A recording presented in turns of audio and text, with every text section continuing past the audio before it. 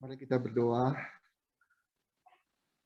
Tuhan Yesus, kami bersyukur ibadah hari ini bisa berlangsung meskipun di tengah-tengah kenaikan jumlah orang yang terpapar dengan COVID. Terima kasih Bapa, kami boleh menaikkan pujian, penyembahan kepadamu sebagai ucapan syukur kami. Karena Engkau baik, sangat baik dan teramat baik.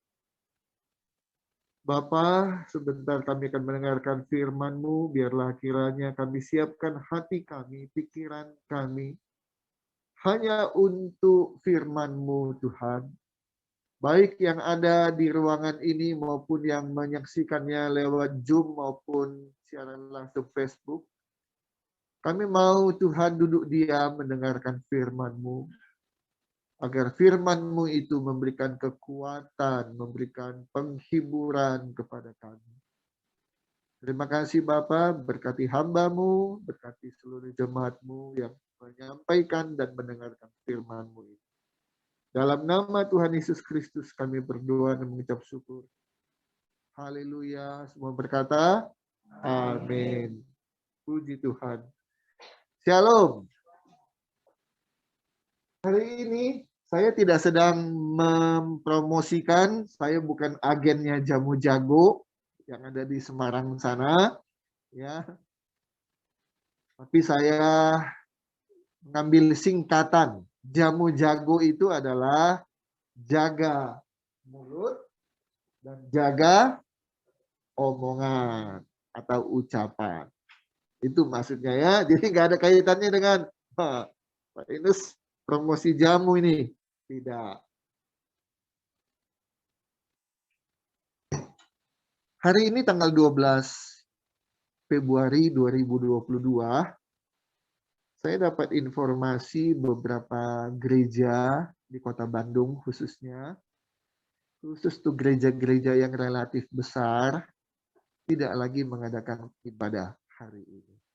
Minggu lalu masih, ya, tapi hari ini tidak. Mulai hari Sabtu kemarin, beberapa jalan utama di Kota Bandung ditutup. Sehingga harus mutar sana, mutar sini. Ya. Sebab selama beberapa hari ke belakang, jumlah yang positif COVID itu naik. Bahkan kalau saya tidak keliru, hari Sabtu kemarin, Jawa Barat melewati Jakarta. Selama ini Jakarta terus yang tinggi. Ya, selalu Jakarta.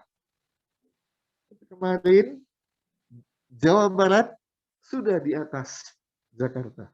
Jadi Jabar juara itu betul. Juara satu untuk COVID kemarin. Ya. Baik. Sehubungan dengan COVID ini, di medsos, Facebook, WA, Instagram, dan sebagainya, banyak yang memberitakan. Dulu ada Delta, kemudian ada Omikron. Omikron dijelas-jelaskan begini, begini, begini, begini. Omikron, datang lagi anaknya Omikron katanya. Macam-macam. Ada yang bilang, siapa bilang Omikron tidak bahaya? Bahaya loh, bla bla bla bla. Macam-macam. Ya. Kalau kita baca dan ikuti terus-menerus, baik tulisan maupun pembicaraan tentang COVID, ayo, jujur sama saya, jujur sama kita semua. Semakin kita baca, semakin kita bicarakan, semakin membuat iman kita naik atau imun kita turun.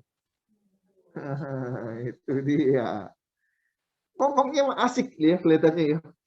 Semakin banyak tahu tentang COVID, semakin banyak tahu tentang Omikron, rasanya bangga. Lebih tahu dari orang lain. Ceritanya makin semangat. Tapi yang mendengarkannya ikut semangat, hidup Omikron. Begitu? Atau bahaya euy. Bahaya euy. Ngeri euy. Nah, jadi pemerintah punya himbauan. Bagus. Kalau ada yang bicara tentang COVID, skip saja. Ya, diabaikan saja. Yang penting, ini pemerintah sampaikan. Yang penting bukan COVID-nya. Loh, apa kita nggak perlu tahu informasi tentang COVID? Nanti kita ketinggalan dong. Boleh tahu, tapi jangan terus-terusan baca, omong tentang COVID, tapi abai terhadap yang penting. Apa itu? Prokes. Nah, ini mau COVID, nggak usah kita pikirkan, nggak usah kita bicarakan. Apa yang mau terjadi, terjadilah. Tapi yang penting kita prokes. Apa itu? Menjaga jarak. Kemudian memakai masker. Apalagi? Mencuci tangan. Itu 3M. Ada lagi 3M lagi, sehingga 6M. Sekarang hari ini firman Tuhan katakan ada M yang ketujuh. Menjaga mulut. Itu, menjaga mulut. Ayo kita baca Alkitab kita semua. Kita baca Mazmur 141.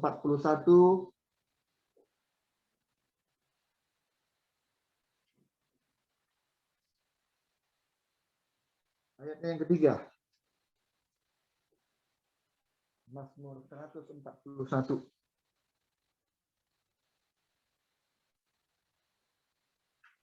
Ayat yang ketiga. Kita baca sama-sama. 1, 2, 3. Awasilah mulutku, ya Tuhan. Berjagalah pada pintu bibirku. Satu kali lagi. Awasilah mulutku, ya Tuhan. Berjagalah pada pintu bibirku. Satu kali lagi. Awasilah mulutku, ya Tuhan.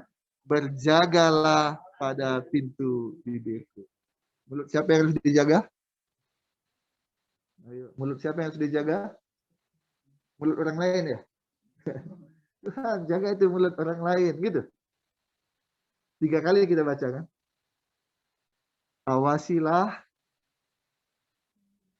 mulutku. Ya, aku. Jangan kita ngurus orang lain. Orang lain begini, orang lain begitu. Urus diri kita sendiri. Jaga mulut kita.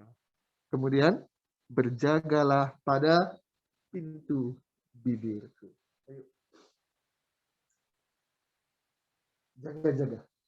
Bibir kita ini kita jaga. Mulut ini kita jaga. Bukan cuma langkah kita yang kita jaga. Bukan cuma perbuatan kita jaga. Tapi mulut kita jaga. Ada orang pelihara anjing. Dijaga nggak anjingnya? Supaya apa? Supaya nggak gigit orang. Ya, bagus. Tapi apa? Dijaga. Supaya nggak dicuri orang. Kalau anjing dicuri, kucing dicuri, burung dicuri, rasanya gimana? Aduh, hancur hatiku. Ya, itu dijaga-jaga. Tapi mulut kita kadang-kadang nggak ada remnya. Nah, ini harus ada remnya. Oke, lanjut. Mulut itu bisa menjadi pedang yang tajam. Ada teka-teki. Apa yang paling tajam di dunia ini? Pisau, golok, katana, silet. Ternyata mulut itu pedang yang tajam. Dan anak panah yang runcing. Kebayang ya anak panah itu ya? Bentuknya begini. Kalau udah masuk, dia itu dicabut, nggak bisa, karena di sebelah sininya sudah runcing lagi. Yuk kita baca. Yesaya 49 ayat 2. Yesaya 49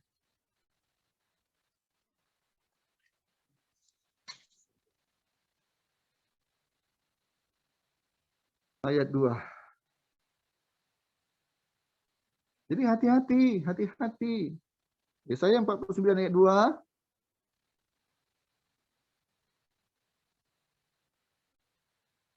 Sudah dapat? Ayo. Yesaya 49 ayat 2. 1, 2, 3. Ia telah membuat mulutku sebagai pedang yang tajam dan membuat aku berlindung dalam tangannya. Ia telah membuat aku menjadi anak panah yang runcing dan menyembunyikan aku dalam tabung panahnya. Oke, mari kita buka. Mulutku sebagai pedang yang tajam, anak panah yang runcing. Nah, hati-hati. Hati-hati. Pakai sepeda harus hati-hati. Remnya, ya. Saya masih ingat sekali kejadiannya. Tahunnya lupa. Tahun 90-an atau tahun 2000-an. Ya. Kami nginap di Sumedang. Di sana ada lapangan golf, Girigahana Golf. Ya. Pagi-pagi keluar dari hotel, udara sejuk karena dia agak tinggi. Kemudian di sana ada sepeda-sepeda yang bisa dipakai. Nah, kamu ingat nggak, Yos? Apa itu? Kami naik sepeda, tapi kemudian jalannya turun dan curam. Jadi nggak hanya sekedar turun, jadi turun dan curam. Wih, di situ saya mulai sadar. Yusuf masih kecil waktu itu. Dia udah naik sepeda, tapi dalam suasana jalan yang curam. Kalau dia tidak bisa menguasai sepeda dan remnya, apa yang terjadi? Aduh, nggak kebayang lah. Itu bisa meluncur dengan cepat dan saya dari sampingnya. Salah saya juga. Kenapa nggak lihat situasi, udah sadar, baru bertindak, ya? Tapi udah keburu kita ada di jalan yang turun itu. Dan kemudian saya bilang, Yos, rem, rem, dan tenang, rem, tenang. Dia merem dan sepedanya melambat dan berhenti. Selamat. Sepeda aja yang kecepatannya gimana sih? Harus dijaga. Naik motor, kecepatan lebih tinggi. Harus dijaga. Naik mobil, apalagi? Harus dijaga. Kita jaga kalau naik sepeda, kita jaga kalau naik motor, kita jaga kalau pakai mobil. Tapi sering kali kita nggak jaga mulut kita. Lanjut. Ucapan atau omongan, ya, ucapan atau omongan itu bisa satu melemahkan.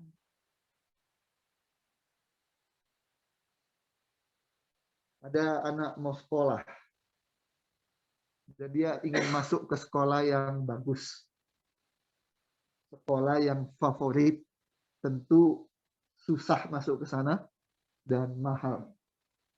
Tapi ketika dia menyampaikan keinginannya untuk masuk ke sekolah itu, baru menyampaikan keinginan doang, terus ada yang ngomong begini, udah tahu diri, jangan macam-macam. Kamu ini siapa? Udah, sekolah mah yang biasa-biasa aja. Kamu anak siapa? Orang tuamu siapa? Itu bukan tempatmu di sana. Ucapan seperti itu melemahkan semangat si anak. Bahkan membunuh cita-citanya untuk masuk ke sekolah yang bagus. Mungkin kelihatannya niatnya kan baik, mengingatkan, menasehati, supaya tahu diri. Apakah anak orang miskin tidak bisa masuk ke sekolah yang bagus? Apa ada peraturannya? Apa ada ketentuannya? Tidak. Kalau orang yang tidak kaya masuk sekolah yang bagus dan mahal, saya setuju, memang tidak mudah. Itu saya setuju. Tapi bukan berarti tidak mungkin. Itu. Ya. Jadi kalau orang punya keinginan, mau berusaha, tapi langsung dipotong dengan ucapan, tahu diri kamu ini siapa? Itu membuat dia, iya deh, nggak usah deh. Makin lama makin tenggelam. Kata-kata, ucapan bisa melemahkan orang, bisa menjatuhkan semangat orang. Awas, hati-hati, dijaga itu kata-kata kita, dijaga itu mulut kita. Ucapan atau omongan juga bisa menyakitkan. Bikin orang sakit hati. Nah, tuh, itu lebih dari sekedar melemahkan. Kalau melemahkan ya nggak sekolah di sana, sekolah di sini, masih sekolah. Cuma tidak bisa mencapai karena ucapan-ucapan yang melemahkan. Tapi kalau yang menyakitkan, nah ini lebih parah. Lebih parah. Ada orang yang mengalami satu kejadian, dia mengalami kerugian ratusan juta karena ditipu. Ketika dia cerita, yang dengar ini bilang apa? Salah sendiri. Kalimatnya hanya beberapa kata. Ya salah sendiri. Berapa kata? Cuma 3 kata. Dia cerita dengan sedih. Dengan kecewa. Saya ketipu ratusan juta. Dengan harapan ya dihibur. Dikuatkan. Atau dikasih jalan keluar bagaimana mengatasinya. Karena itu dia cerita. Dan dia cerita pun tidak sembarangan. Enggak setiap orang dia cerita. Enggak, dia pilih-pilih. Siapa yang dia anggap bisa dia sampaikan curhatnya itu. Tapi dapat jawaban apa? 3 kata. Ya salah sendiri. Waduh, rasanya gimana? Kalau Bapak Ibu gitu ya, ngalamin udah ketipu, udah rugi ratusan juta, bukan cuma jutaan, puluhan juta, ratusan juta. Aduh. Tahu-tahu dapat ucapan, ya salah sendiri. Gimana? Langsung bilang puji Tuhan, haleluya gitu. Atau aduh, sakitnya di sini. Bu, kamu diam aja udah masih mending gitu ya. Nggak usah ngapa-ngapain itu masih mending. Ya syukur-syukur kamu menguatkan. Ayo, mari kita berdoa. Belum ada jalan keluar, tapi itu tidak membuat jadi melemahkan, apalagi jadi sakit hati. Aduh, kasihan kan? Sakit hati. Ada banyak ucapan-ucapan lain lagi yang membuat orang jadi sakit hati. Dari mana itu? Mulut. Dari mana itu? Ucapan. Jadi hari ini ayo anak-anak Tuhan yang ada di sini maupun yang ada di mana saja lewat Zoom maupun lewat Facebook siaran langsung, jaga mulut kita. Setuju? Ya, kalau setuju, ayo kita praktekkan. Mulut kita dikasih rem. Mulut kita dikasih rem. Ya. Jangan lagi ucapkan kata-kata yang bisa melemahkan orang. Jangan lagi ucapkan kata-kata yang bisa menyakitkan hati orang.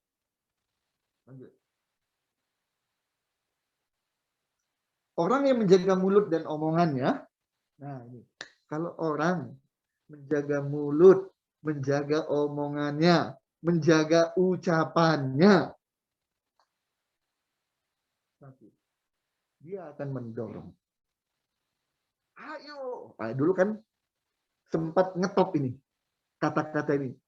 Ayo, kamu apa? Bisa. Nah, berapa tahun lalu itu ya? Ini top ini. ucapan ini. Ayo, kamu bisa. Kamu pasti bisa. Sampai saya bikin lagu loh. Ya, nah coba ya. Saya masih ingat ini. Ya, tadi nggak dipersiapkan. Saya jadi ingat. Saya bikin lagu. Hanya kata-kata itu aja. Harus dengan kata-kata yang mendorong.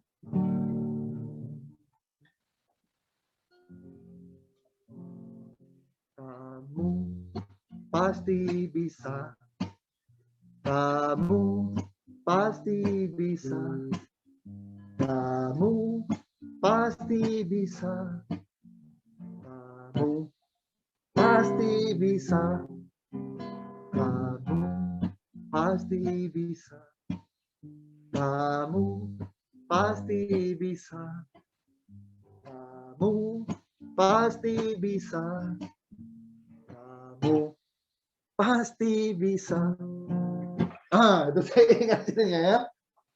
Saya ciptakan lagu itu dengan kamu pasti bisa. 3 kata aja. Itu mendorong orang yang tadinya nggak berani, dia jadi berani.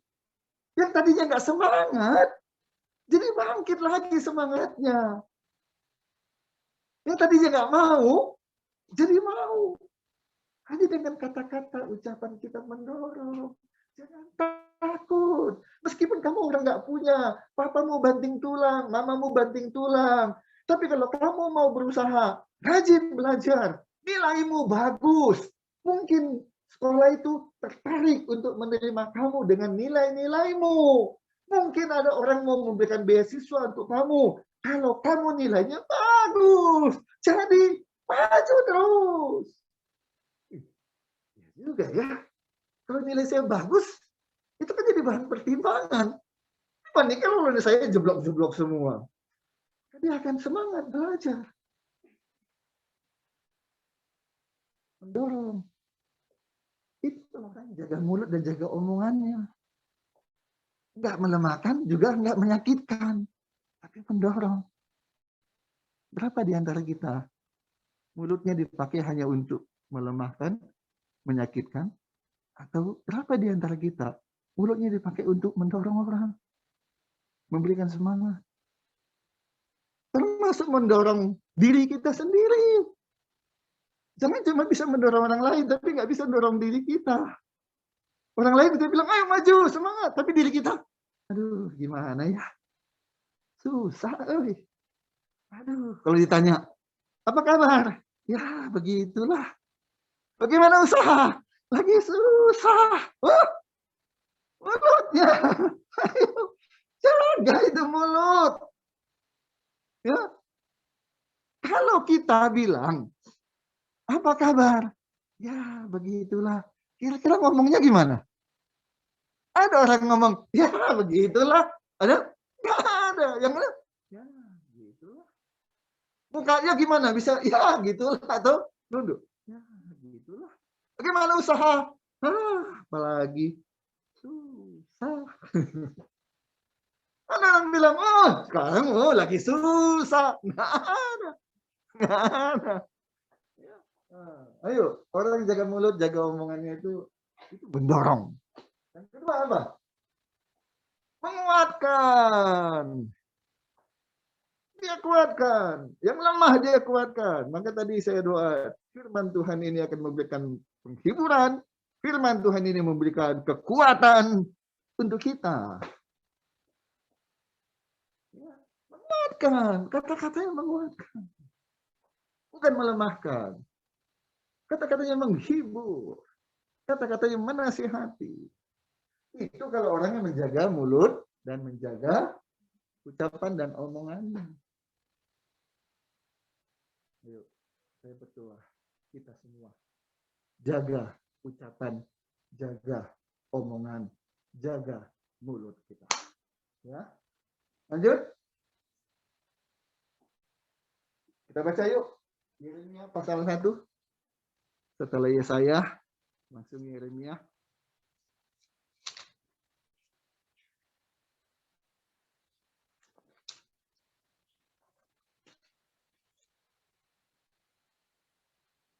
Yeremia pasal 1 ayat yang ke-9.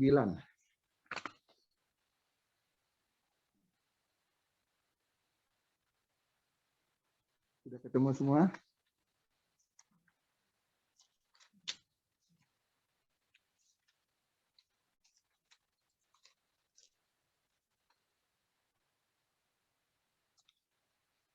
Oke. Kita baca sama-sama Yeremia pasal 1 ayat 9. 1, 2, 3. Lalu Tuhan mengulurkan tangannya dan menjamah mulutku. Tuhan berfirman kepadaku, sesungguhnya aku menaruh perkataan-perkataanku ke dalam mulutmu. Nah, ya. Minta kepada Tuhan agar menjamah mulut. Tuhan, aku ini kadang-kadang kerennya blong, gitu ya.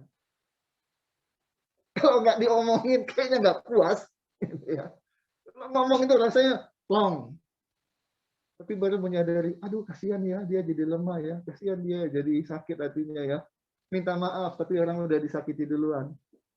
Minta kepada Tuhan, jaga, menjamah mulut kita.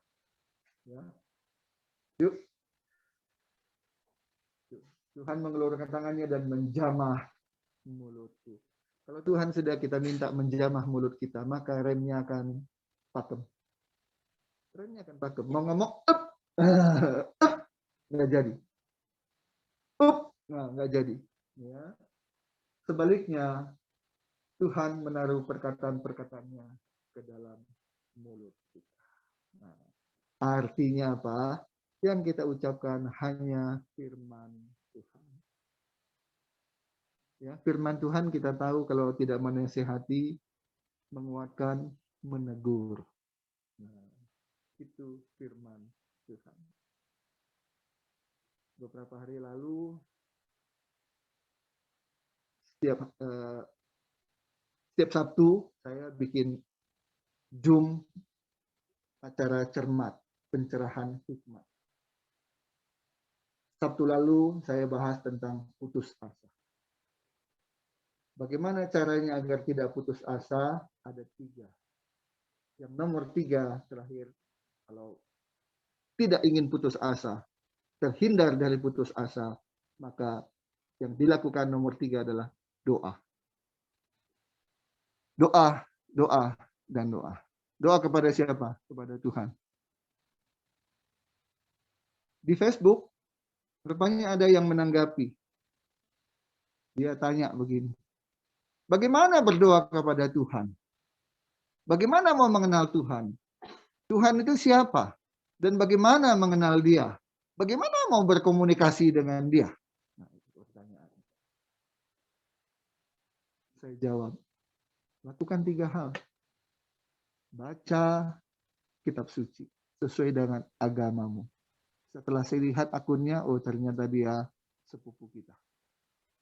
Kalau kita baca Alkitab.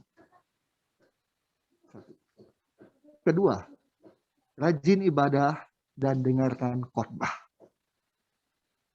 Dan yang ketiga, praktek doa. Karena doa itu berkomunikasi dengan Tuhan. Saya dengan Lina 2 jam, dia di situ, saya di sini. Tapi tidak ngomong satu sama lain, itu tidak ada komunikasi. Lanjutkan 4 jam, dia di situ, saya di sini. Dia asik sendiri, saya juga asik sendiri. Tidak ada komunikasi. Dan kalau sudah gitu, masing-masing aja jalan. Tapi walaupun 5 menit, walaupun 10 menit, hai Lin, apa kabar? Kabar baik. Kemarin gimana? Oh, sukses. Saya begini-gini. Oh, puji Tuhan. Enak. Ada komunikasi.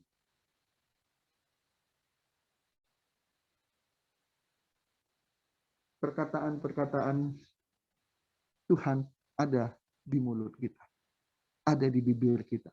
Dan itu yang kita ucapkan ketemu siapa saja. Puji Tuhan. Haleluya. Tuhan baik. Dia pasti menolong. Dia pasti memberi kekuatan. Dia pasti memberikan jalan keluar. Dalam pengalaman saya ada beberapa yang telepon, saya nggak kenal. Karena tahun 2000-an saya talk show di 7 radio di Kota Bandung. Orang tidak kenal muka saya karena radio. Hanya tahu suara saya. Tapi saya selalu buka, ini nomor HP saya. Nah, bisa konsultasi langsung pada saat talk show, bisa konsultasi sesudahnya. Saya berikan nomor HP saya. Ada beberapa yang ketika ada masalah telepon saya. Ada yang ketika dia sedang nervous, sedang grogi ketika mau menghadapi wawancara, tunggu giliran, udah keringat dingin, kaki udah gemeteran, bibir sudah mulai susah digerakkan gitu ya. Jalan udah bolak-balik kayak setrika, dan sebentar-sebentar ke toilet. Dalam kondisi gitu dia ingat nomor HP saya dan dia telepon saya. Pak Yunus, saya mau wawancara, tapi saya grogi Pak. Apa saya jawab? Ya salah sendiri, gitu? Ya enggak. Kenapa kamu mau tes-tes? Ya salah sendiri, itu resiko kamu dong. Hadapi dong, gitu? Ya enggak. Saya bilang begini, kalau kamu pikirkan terus tentang grogimu, pikirkan terus tentang hasilnya diterima atau terima, kamu akan grogi terus. Jadi, stoplah berpikir hal-hal yang buruk. Nanti di sana bagaimana, di dalam bagaimana, ditanya bagaimana, sebagainya. Stop. Pikirkan yang baik. Kamu masuk, apa yang ditanya, kamu bisa jawab. Tenang. Dan hasilnya nanti bagus. Itu aja pikirkan. Oh gitu Pak ya. Gitu ya, terima kasih. Ada yang pernah satu kali telepon saya, dia bilang, Pak Yunus, saya mau bunuh diri. Tuh. Kalau telepon kita bilang saya mau bunuh diri, kira-kira gimana? Hah? Ngeri kan? Kenapa kamu mau bunuh diri? Karena begini, gini, gini, Pak. Apa jawab saya? Besok, terusin aja situ. Gitu. Besok paling saya lihat ada berita di koran. Ya enggak. Ya. Mulut kita menyampaikan kata-kata yang tadi apa? Mendorong dan menguatkan. Nggak ada itu berita itu, ada bunuh diri itu. Nggak jadi dia bunuh diri. Ya. Perkataan-perkataan Tuhan ada di mulut kita. Yuk. Ini sebagai penutup dari khotbah saya akan sampaikan beberapa ayat firman Tuhan untuk kita semua. Kita baca Kisah Para Rasul 15 ayat 7. Kisah Para Rasul 15 ayat 7.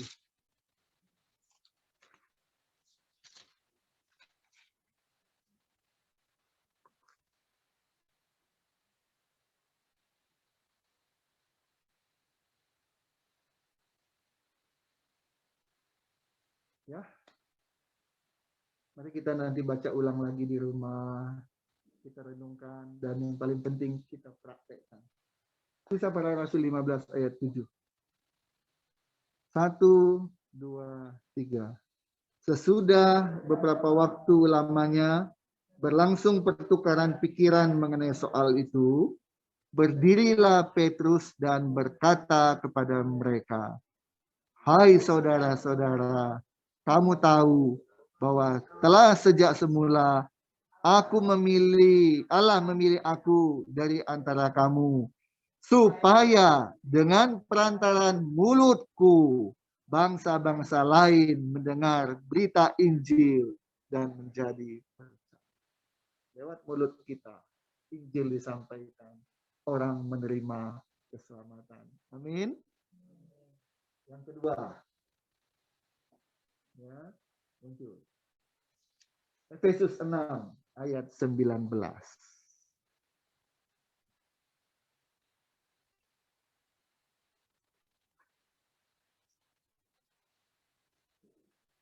Salah ya.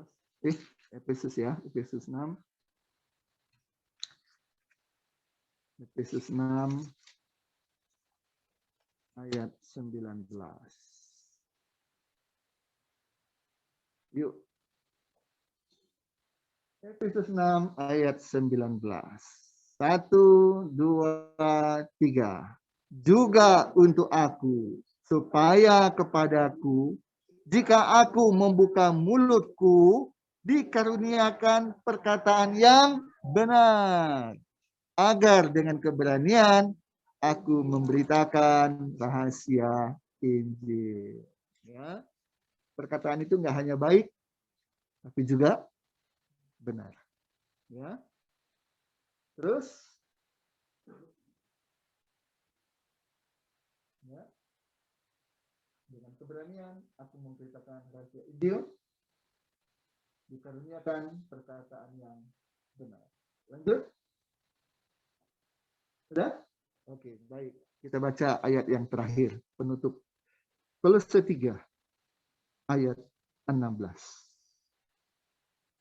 Kolose 3 ayat 16. Ini sebagai ayat terakhir, ayat penutup dari khotbah pada siang hari ini. Yuk kita bangkit berdiri bersama-sama dan kita akan berdoa. Kolose 3 ayat 16. Saat ya, masih ada yang mencari. Kolose pasal 3 ayat yang ke-16. 1, 2, 3. Hendaklah perkataan Kristus diam dengan segala kekayaannya di antara kamu. Sehingga kamu dengan segala hikmat mengajar dan menegur seorang akan yang lain, dan sambil menyanyikan mazmur dan puji-pujian dan nyanyian rohani, kamu mengucap syukur kepada Allah dalam hatimu. Semuanya menggunakan mulut. Ya, mari kita berdoa. Tuhan Yesus, Bapa kami dalam surga, terima kasih buat firman yang sudah kami dengar pada siang hari ini, agar kami menjaga mulut kami. Agar mulut kami tidak sampai melemahkan orang. Mulut kami tidak sampai menyakiti hati orang. Sebaliknya, lewat mulut kami keluar ucapan-ucapan yang akan mendorong maupun menguatkan orang, Bapa. Dan lebih penting dari itu, mulut kami ini menyampaikan kata-kata firman yang bisa memberikan keselamatan untuk orang yang mendengarkannya. Tuhan Yesus, kami mau bertobat kalau selama ini ucapan-ucapan kami ternyata ucapan yang keliru, ucapan yang tidak baik, ucapan yang tidak benar. Hari ini kami mau bertobat, Tuhan. Dan kami mau berubah supaya ucapan kami jaga. Hanya ucapan yang baik, ucapan yang benar, ucapan yang Engkau taruh di mulut kami, Engkau jamah dan Engkau jaga, supaya hanya keluar ucapan-ucapan yang memuliakan nama Tuhan. Memuji, memuliakan nama Tuhan. Ucapan yang bersyukur untuk apa yang Tuhan berikan kepada kami. Terima kasih Bapa, terima kasih. Dan kami mau belajar, tidak hanya tahu, tidak hanya paham firman-Mu, tapi melaksanakan, mempraktekkan firman-Mu. Terima kasih Bapa. Dalam nama Tuhan Yesus Kristus, kami berdoa dan mengucapkan syukur.